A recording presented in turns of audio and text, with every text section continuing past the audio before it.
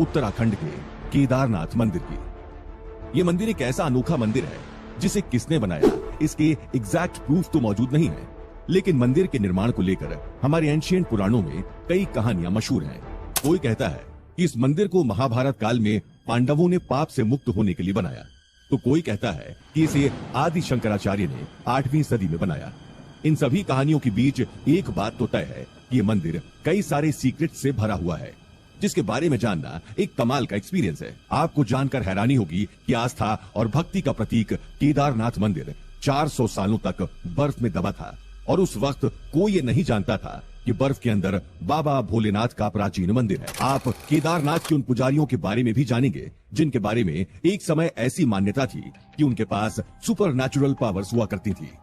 केदारनाथ महादेव का मंदिर करोड़ों श्रद्धालुओं की आस्था का केंद्र तो है ही, लेकिन अपने कमाल के निर्माण, अपनी रिमोट लोकेशन और एक रिच हिस्ट्री की बदौलत ये मंदिर कई नेशनल और इंटरनेशनल रिसर्चर्स को अपनी ओर अट्रैक्ट करता है।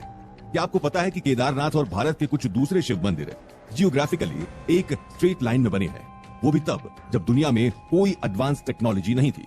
हिमालय की गोद में बसा केदारनाथ मंदिर उत्तराखंड के रुद्रप्रयाग जिले में है। ये उत्तराखंड में सबसे ऊंचाई पर बना मंदिर है। इसका निर्माण इतना कमाल का है कि इसके जैसा दूसरा मंदिर पूरी दुनिया में कहीं नहीं है। मंदिर के बारे में आगे बढ़े उससे पहले इसके बेमिसाल आर्किटेक्चर की बात जरूर होनी चाहिए। दोस्तों, ये मंदिर सी लेवल से 3600 मीटर ऊपर बना है। इसका कंस्ट्रक्शन कुछ ऐसा लगता है कि इसे इंसानों ने नहीं, सुपर ह्यूमंस ने बनाया है। पांडवों के बाद कई वर्षों तक मंदिर का बाल भी बांका नहीं हुआ, लेकिन 8वीं शताब्दी तक मंदिर कई जगह से टूट चुका था। ऐसी मान्यता है कि 8वीं शताब्दी में जगत गुरु शंकराचार्य ने इसका रिनोवेशन कराया। ऐसे में यह मंदिर 1200 साल से अपनी जगह पर मजबूती के साथ खड़ा है। तो फिर उस वक्त ऐसी कौन सी टेक्नोलॉजी थी जिस वजह से यह मंदिर इतने सालों के बाद भी सही सलामत है?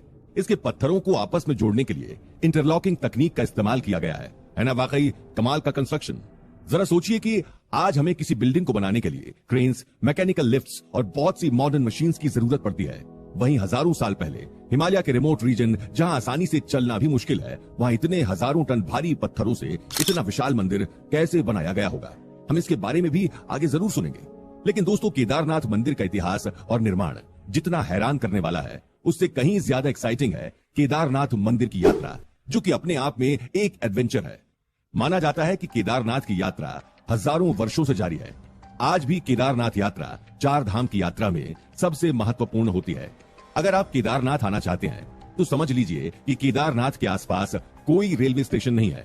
इसका सबसे नजदीकी railway station Rishikesh railway station है, जो गौरीकुंड से लगभग 210 किलोमीटर है, और उसके लिए आपके पास सिर्फ 6 महीने का वक्त होता है, क्योंकि ये मंदिर साल में सिर्फ 6 महीने ही खुला रहता है। इस दौरान हम इंसान यानी आम लोग भगवान शिव की पूजा कर सकते हैं, लेकिन बाद के 6 महीने ये मंदिर बंद होता है। पुराणों के अनुसार इन 6 महीनों में यक्ष और गंधर्व केदारनाथ मंदिर आकर भगवान शिव की पूजा करते हैं। लेकिन इसके पीछे क्या वजह है, इस राज से भी हम आगे पर्दा उठाने जा रहे हैं। दोस्तों, क्या आप जानते हैं केदारनाथ मंदिर का निर्माण पांडवों ने कराया है? केदारनाथ मंदिर इतना पुराना है कि इसका जिक्र हमारे पौराणिक ग्रंथों में भी मिलता है। स्कंद पुराण, वायु पुराण, केदार कल्प और केदार खंड में इस मंदिर के बारे में बड़े विस्तार से लिखा गया है। वायु पुराण के अनुसार जब ब्रह्मा जी ने ये सृष्टि बनाई तो उसकी रक्षा के लिए भगवान विष्णु ने नर और नारायण नाम के 2 ऋषियों का अवतार लिया। उन्होंने केदारनाथ के गंधमादन पर्वत पर भगवान शिव को प्रसन्न करने के लिए कड़ी तपस्या की। भगवान शिव उनकी तपस्या से खुश हुए और उन्हें दर्शन दिए। भगवान शिव ने नर और नारायण से वरदान मांगने को कहा। नर और नारायण ने भगवान शिव से अपने साक्षात रूप में केदार भूमि में ही रह जाने का वरदान मांगा। भगवान शिव ने उन्हें वरदान दिया और तथास्तु कहकर चले गए। तब से ही केदारनाथ भूमि को भगवान शिव का निवास स्थान माना जाता है। लेकिन केदारनाथ मंदिर की सबसे पॉपुलर और इंटरेस्टिंग स्टोरी पांडवों से जुड़ी है। आपने ग्रेट एपिक महाभारत की कहानी तो सुनी ही होगी। महाभारत के युद्ध को दुनिया का सबसे बड़ा युद्ध माना जाता है। इसमें पांडवों ने कौरवों को हराकर विजय प्राप्त की थी। लेकिन इस युद्ध के बाद क्या हुआ, ये बहुत कम लोग जानते हैं। महाभारत के युद्ध को धर्म और अधर्म के बीच का युद्ध कहा गया है। इस युद्ध में धर्म की रक्षा के लिए पांडवों को उनके ही भाई कौरवों से युद्ध करना पड़ा था। पूरे 18 दिन चली इस लड़ाई में पांडवों की जीत हुई। उन्होंने दुर्योधन और दूसरे सभी कौरवों को मार गिराया। इतना ही नहीं, युद्ध जीतने के लिए पांडवों को अपने गुरु द्रोणाचार्य, भीष्म पितामह और कई रिश्तेदारों को मारना पड़ा। युद्ध खत्म होने के बाद पांडवों को हस्तिनापुर का साम्राज्य तो मिल गया, लेकिन उन्हें सेटिस्फैक्शन नहीं मिल रहा था। अपने ही भाइयों और गुरुओं को मारने का गिल्ट उन्हें परेशान कर रहा था। ऐसे में युधिष्ठिर, भीम, अर्जुन, नकुल, सहदेव और द्रौपदी मिलकर भगवान कृष्ण के पास पहुंचे। पांडवों ने उन्हें अपनी सिचुएशन के बारे में बताया। हालांकि कई जगह भगवान कृष्ण की जगह महर्षि वेद व्यास का भी जिक्र है, लेकिन सबसे ज्यादा मान्यता भगवान कृष्ण को लेकर है। कहते हैं भगवान कृष्ण ने पांडवों की पीड़ा सुनी और फिर उन्हें बताया कि पांडवों ने युद्ध में अपने भाइयों और कई ब्राह्मणों की हत्या की है, इसलिए उन्हें गोत्र हत्या और ब्राह्मण हत्या का पाप लगा है। अगर पांडव स्वर्ग जाना चाहते हैं तो पहले उन्हें अपने इस पाप का प्रायश्चित करके शुद्ध होना होगा। लेकिन कैसे? पांडवों के ये पूछने पर भगवान कृष्ण ने उनसे कहा, जीवन और मरण के इस चक्र को चलाने वाले भगवान देवों के देव महादेव हैं। महाकाल के रूप में प्रसिद्ध भगवान शिव ही आप पांडवों को इस पाप से मुक्ति दिला सकते हैं। कहते हैं कि भगवान कृष्ण अच्छे से जानते थे कि भगवान शिव केदारनाथ में विराजमान है। यहाँ बर्फ में उनका ज्योतिर्लिंग छिपा है। इस ज्योतिर्लिंग के दर्शन से ही पांडव अपने पाप से मुक्त हो सकते थे। इसलिए उन्होंने पांडवों को केदारनाथ जाकर इस ज्योतिर्लिंग के दर्शन करने की सलाह दी। भगवान कृष्ण के कहने पर पांडव और द्रौपदी भगवान शिव की तलाश में हिमालय की गोद में बसे केदारनाथ की ओर चल पड़े। कई जगह ये दावा भी किया गया है कि पांडव भगवान शिव की ज्योतिर्लिंग को नहीं, साक्षात भगवान शिव को ढूंढने केदारनाथ की ओर निकले थे। अपनी इस तलाश में पांडव कई दिनों तक हिमालय में भटकते रहे। वो जहां जहां जाते उन्हें दूर तक बर्फ ही बर्फ दिखती। भगवान शिव को ढूंढते ढूंढते अब पांडव थकने लगे थे। पांडवों के पास आज के समय के अनुसार कोई फैसिलिटी मौजूद नहीं थी। वो उस वक्त जहां थे वहां इंसान तो क्या, कोई परिंदा तक नजर नहीं आ रहा था। आखिरकार भटकते भटकते पांडव सबसे पहले गुप्त काशी पहुंचे। लकीली उस वक्त वहां भगवान शिव और पार्वती आराम कर रहे थे। कहते हैं भगवान शिव अपने ही भाइयों और गुरुओं की हत्या करने वाले पांडवों से बड़े नाराज थे। वो पांडवों को दर्शन नहीं देना चाहते थे, लेकिन माता पार्वती से दर दर भटकते पांडवों और द्रौपदी की ये हालत देखी नहीं गई, जिसके बाद गुप्त काशी में उन्होंने पांडवों को दर्शन दिए। भगवान शिव की तलाश में बेचैन हो रहे पांडवों ने उनसे शिव का पता पूछा। इस पर मां पार्वती ने उनसे कहा, भगवान की इस खोज में मैं आपकी कोई मदद नहीं कर सकती, लेकिन मैं आपको इतना जरूर बता सकती हूं कि आपको किस रास्ते पर जाना है। पांडव मां पार्वती के बताए हुए रास्ते पर चल पड़े। रास्ते में उन्हें बहुत सारी भैंसों का एक झुंड नजर आया। युधिष्ठिर जानते थे कि भगवान शिव ने एक बार भस्मासुर से युद्ध के दौरान भैंस का रूप धारण किया था। उन्हें समझ आ गया था कि हो ना हो इन्हीं भैंसों के झुंड में भगवान शिव भी छिपे हुए हैं। युधिष्ठिर ने भीम से कहा, इन भैंसों को एक एक कर झुंड से बाहर निकालो, इन्हीं में कहीं भगवान शिव मिलेंगे। भीम एक एक करके भैंसों को झुंड से अलग करने लगे। उन्होंने जबरदस्ती सभी भैंसों को अपनी दो टांगों के बीच से गुजरने पर मजबूर किया। भैंसें एक एक करके भीम की टांगों के नीचे से जाने लगीं, लेकिन उनमें से एक भैंसा भीम की टांगों के नीचे से गुजरने के लिए तैयार नहीं था। वो भैंसा जमीन पर अपना सिर रगड़ने, देखते ही देखते उसका आधे से ज्यादा शरीर जमीन में धंस गया। भीम ने फौरन दौड़कर उस भैंसे की पूंछ पकड़ी और उसे जमीन से बाहर खींचने लगे। ऐसा कहा जाता है कि भीम में 10,000 हाथियों की ताकत थी। भीम की इतनी ताकत और बहुत कोशिश करने के बाद भी भैंसे का केवल पिछला शरीर ही जमीन के ऊपर आ पाया। पांडवों की दृढ़ आस्था देख भगवान शिव ने प्रसन्न होकर उन्हें दर्शन दिए और उन्हें पाप से मुक्त किया। पांडवों के साथ हुई इस घटना के दौरान भैंस रूप धारण करने वाले भगवान शिव का केवल पिछला हिस्सा जमीन के ऊपर आ सका। इसलिए केदारनाथ मंदिर में आज भी शिव जी की इसी रूप में पूजा होती है, जबकि उनके शरीर के बाकी 4 हिस्से अलग अलग जगह पर निकले थे। शिव जी के शरीर के ये भाग जहां जहां निकले उसे आज पंच केदार कहा जाता है। पुराणों के अनुसार शिव जी के धड़ का ऊपरी भाग नेपाल के पशुपतिनाथ में निकला। रुद्रप्रयाग जिले के उखीमठ में शिव जी के शरीर का मध्यम भाग निकला।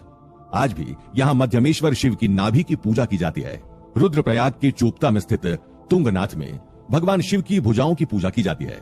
ऐसे ही मुख की पूजा रुद्रनाथ में की जाती है और जटा कपिलेश्वर में पूजी जाती है।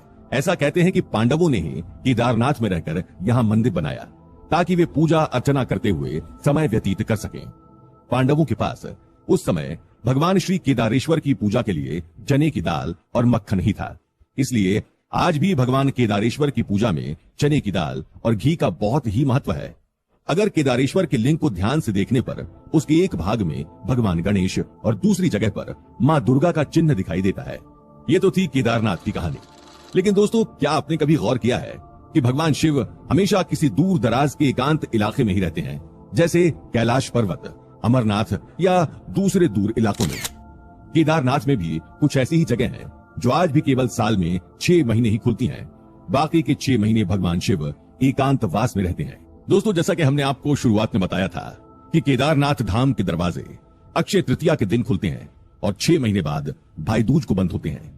हजारों साल पुराने इस केदारनाथ मंदिर की पूजा बड़े विधि विधान के साथ होती है। सुबह की सबसे पहली पूजा में ज्योतिर्लिंग को पवित्र जल से स्नान कराया जाता है। इसके बाद घी का लेप लगाया जाता है। फिर ज्योतिर्लिंग की आरती होती है, जिसमें आम भक्त भी शामिल हो सकते हैं। शाम के समय भगवान शिव का श्रृंगार किया जाता है। इस दौरान हिमालय से बड़े तंग आ गए थे। ऐसे में वो ब्रह्मा जी के साथ भगवान शिव के पास पहुंचे। भगवान शिव ने हिमालय को पर्वतों का राजा बना दिया और सभी देवताओं, यक्षों और गंधर्वों के लिए भी जगह तय कर दी।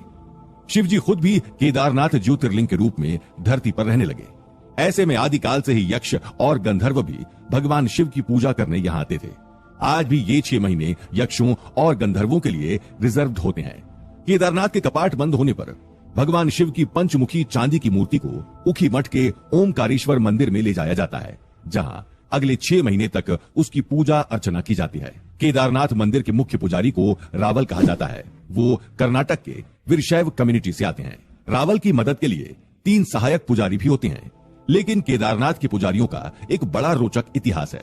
दरअसल आदिकाल से ही भगवान शिव की पूजा करने वाला एक बड़ा वर्ग रहा है। 4वीं शताब्दी में भगवान शिव की पूजा आराधना करने वाले लोग खुद को पशुपात कहकर बुलाते थे। ऐसा इसलिए क्योंकि भगवान शिव को पशुओं का भगवान भी कहा जाता है। नेपाल में भगवान शिव का पशुपतिनाथ मंदिर बड़ा प्रसिद्ध है। आपने भगवान नंदी और दूसरे पशुओं को भगवान शिव की सेवा में जरूर उन पर बने शोज में देखा होगा। ऐसा कहते हैं कि पशुपात कम्युनिटी के लोग भी खुद को भगवान शिव का नंदी ही समझकर भगवान की पूजा करते थे। उनका रहन सहन और बर्ताव भी नंदियों की तरह होता था।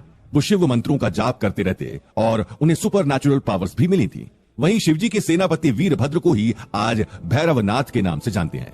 ऐसी भी मान्यता है कि शमशान का देवता कहलाने वाले भैरव भगवान शिव के गुस्से से जन्मे हैं, यानी वो भगवान शिव का ही एक रूप है। इसलिए भैरव बाबा गढ़वाली संस्कृति के प्रमुख देवता हैं। केदारनाथ में भैरवनाथ का एक खुला मंदिर भी है।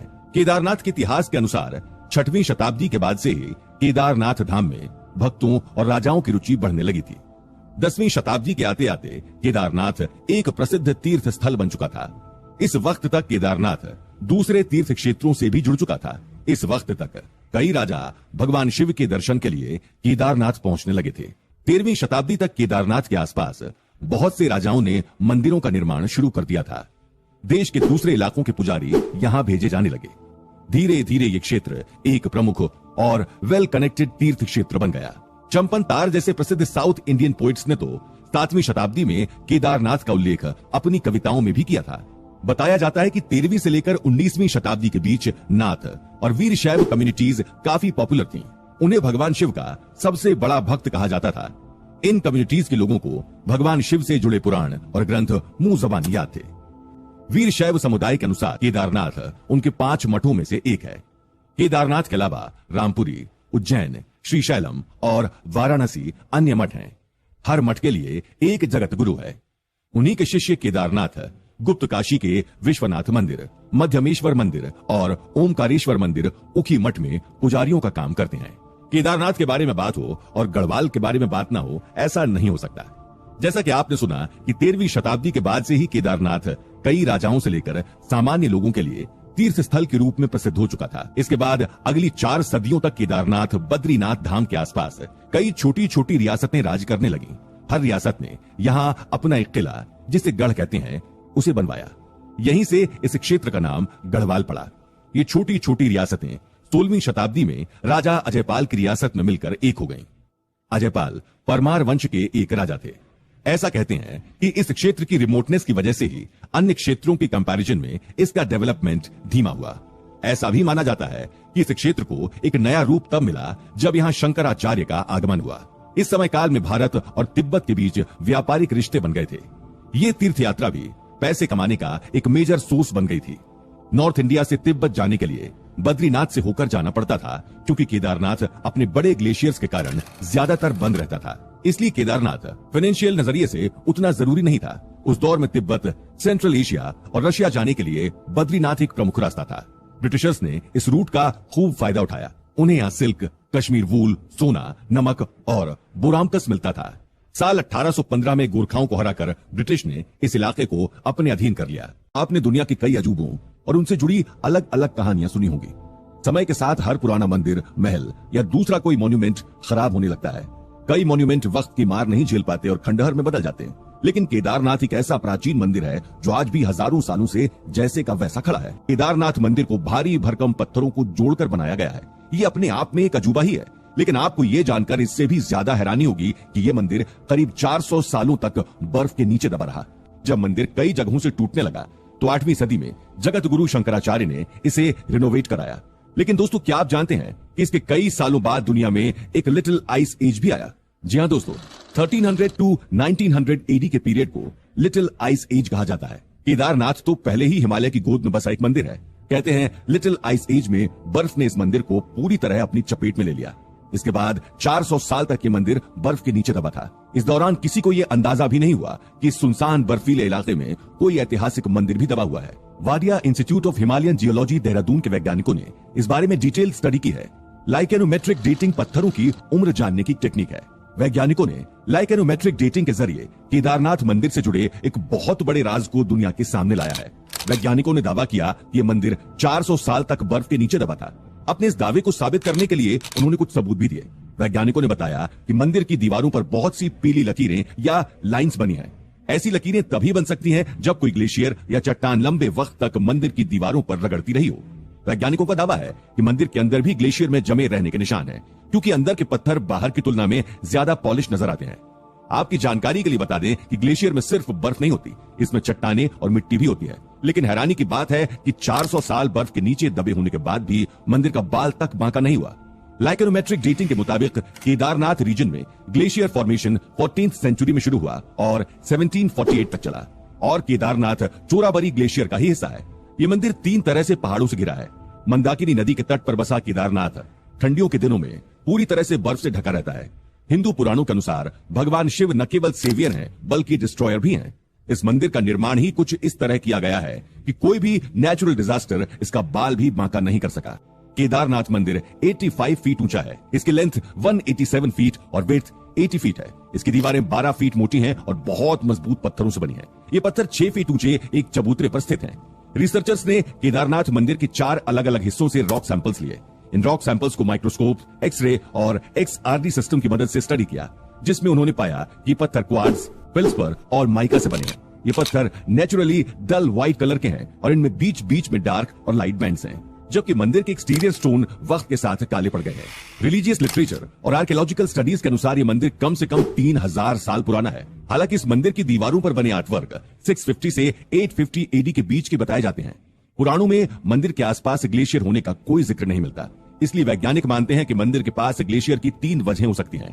पहली ये कि ग्लेशियर मंदिर की मौजूदा लोकेशन से बहुत दूर हो, दूसरा ये कि उस इलाके में कोई ग्लेशियर ही ना रहा हो, और तीसरा ये कि वहां पहले भी ग्लेशियर रहा होगा जिसे काटकर ये मंदिर बनाया गया होगा। एक्सपर्ट्स मानते हैं कि साल 2013 की भीषण बाढ़ के बीच भी केदारनाथ मंदिर इसलिए बचा रहा क्योंकि इसका निर्माण और वास्तु बेजोड़ है। गढ़वाल के गोपेश्वर में गोपेश्वर महादेव या गोपीनाथ का मंदिर है। ये दिखने में बिल्कुल केदारनाथ मंदिर जैसा ही है। आर्किटेक्ट्स मानते हैं कि ये मंदिर भी केदारनाथ मंदिर की तरह मजबूत है। केदारनाथ मंदिर का एक और पत्थर बड़ा फेमस है। ये पत्थर हजारों साल पहले से यहाँ नहीं है, बल्कि 2013 में यहाँ आया। दरअसल 2013 में जब केदारनाथ में बाढ़ आई तो उस वैली में सब कुछ तहस नहस हो गया, लेकिन केदारनाथ मंदिर को कुछ नहीं हुआ। इसका एक बहुत बड़ा रीजन यही पत्थर है। दरअसल जब केदारनाथ में बाढ़ आई तो कहीं से एक बहुत बड़ा पत्थर आकर केदारनाथ मंदिर के ठीक पीछे फंस गया। इसी डायरेक्शन से पानी मंदिर की ओर आ रहा था, लेकिन इस पत्थर ने मंदिर के लिए शील्ड का काम किया। आज भी ये पत्थर केदारनाथ मंदिर के पीछे है। ये केदारनाथ मंदिर की एक चट्टान बनकर रक्षा कर रहा है। किंतु आखिर मंदिर को बचाने के लिए ठीक उसी वक्त उसी जगह ये पत्थर कैसे आ गया? ये महज एक कोइंसिडेंस है या फिर भगवान शिव की ही कोई लीला? आपने अब तक सुना कि कैसे केदारनाथ के मंदिर का निर्माण कितना रहस्यमयी और हैरत अंगेज है। इसके बारे में जानकर यह यकीन कर पाना बड़ा मुश्किल है कि इसका निर्माण इंसानों ने किया है। ऐसा लगता है कि इसे जरूर किसी सुपर ह्यूमन ने बनाया होगा, लेकिन यकीन मानिए हजारों साल पहले बगैर किसी मॉडर्न टेक्नोलॉजी के ये मंदिर बनाया गया है। दोस्तों, केदारनाथ मंदिर जैसा मार्वल दुनिया में शायद कहीं नहीं है, लेकिन इस मंदिर और भारत के दूसरे प्रसिद्ध ज्योतिर्लिंगों में एक कनेक्शन जरूर है।